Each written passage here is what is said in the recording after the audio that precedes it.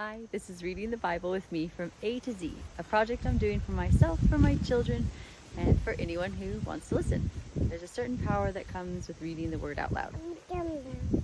It says in Romans 10:17, "Consequently, faith comes through hearing the message, and the message is heard through the word about Christ. But I ask, did they not hear? Of course they did. Their voice has gone out into all the earth, their words to the ends of the world. Whoever has ears, let them hear." 1 Chronicles 21. Satan rose up against Israel and incited David to take a census of Israel. So David said to Joab and the commanders of the troops, "Go and count the Israelites from Beersheba to Dan. Then report back to me so that I may know how many there are." But Joab replied, "May the Lord multiply his troops 100 times over. My lord the king, are they not all my lord's subjects? Why does my lord want to do this? Why should he bring guilt on Israel?" The king's word, however, overruled Joab. So Joab left and went throughout Israel and then back to Jerusalem. Joab reported the number of the fighting men to David. In all Israel there were 1,100,000 men who could handle a sword, including 470,000 in Judah. But Joab did not include Levi and Benjamin in the numbering, because the king's command was repulsive to him. This command was also evil in the sight of God, so he punished Israel. Then David said to God, "I have sinned greatly by doing this. Now I beg you, take away the guilt of your servant. I have done a very foolish thing." The Lord said to Gad, David's seer, "Go and tell David, this is what the Lord says.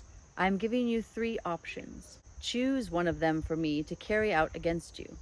So Gad went to David and said to him, "This is what the Lord says. Take your choice. 3 years of famine, 3 months of being swept away before your enemies, with their swords overtaking you, or 3 days of the sword of the Lord, days of plague in the land, with the angel of the Lord ravaging every part of Israel. Now then, decide how I should answer the one who sent me." David said to Gad, "I am in deep distress.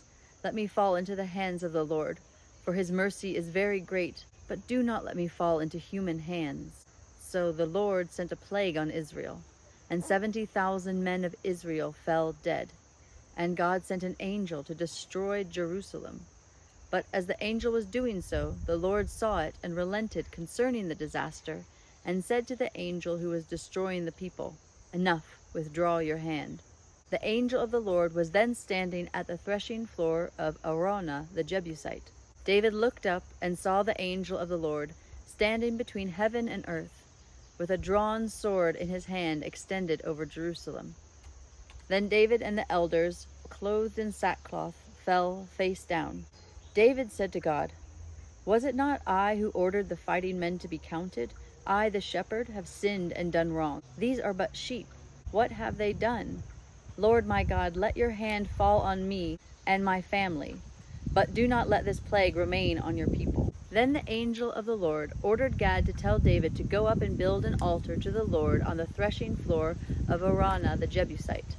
So David went up in obedience to the word that God had spoken in the name of the Lord. While Araunah was threshing wheat, he turned and saw the angel. His 4 sons who were with him hid themselves. Then David approached, and when Araunah looked and saw him, he left the threshing floor and bowed down before David with his face to the ground. David said to him, "Let me have the site of your threshing floor, so I can build an altar to the Lord, that the plague on the people may be stopped. Sell it to me at the full price." Araunah said to David, "Take it. Let my lord the king do whatever pleases him. Look, I will give the oxen for the burnt offerings, the threshing sledges for the wood, and the wheat for the grain offering. I will give all this." But King David replied to Araunah, "No, I insist on paying the full price.